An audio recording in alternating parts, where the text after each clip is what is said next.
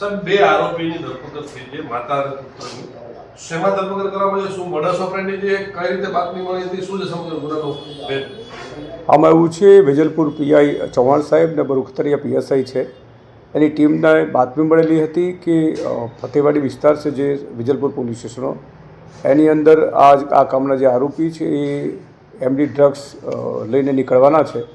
તેની હકીકત આધારે તેઓએ પોતાના સ્ટાફ પંચો સાથે રેડ કરેલી અને એમાં જે મુખ્ય આરોપી છે સમીમ બાનુ ઉર્ફે પપ્પી ફિરોજ ખાન, એ અને એનો દીકરો છે મોહસિન ખાન, એ બંને રેડ વખતે પકડાયેલા છે.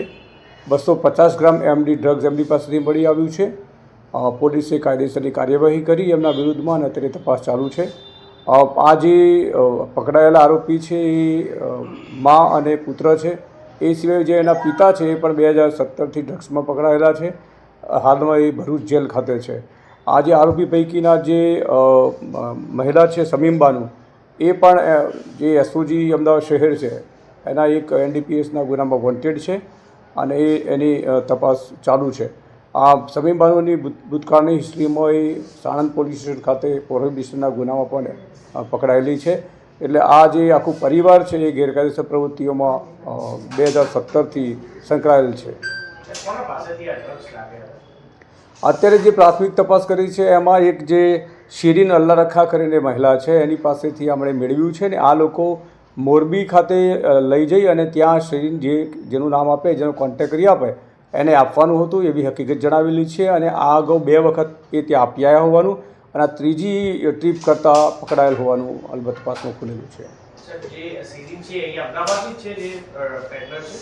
હા, શિરીન છે એ અમદાવાદની રામોલ વિસ્તારની છે. હાલમાં ફતેવાડી ખાતે સરખેજ પોલીસની હદમાં રહે છે. અત્યારે એ પણ વોન્ટેડ છે, પકડાયેલ નથી.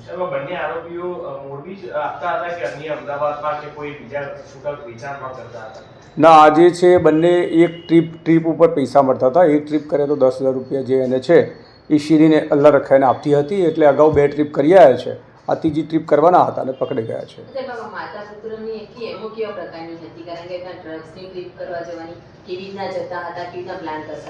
તે અહીંથી જે ટ્રાવેલર્સ જતી હોય છે અમદાવાદથી મોરબીમાં, એમાં અહીંથી ટ્રાવેલર્સમાં પેસેન્જર તરીકે બેસી જતા હતા અને ત્યાં જે રસ્તામાં એમને કોન્ટેક કરી આપે એને લોકો ત્યાં આપીને પાછા આવતા રહેતા હતા.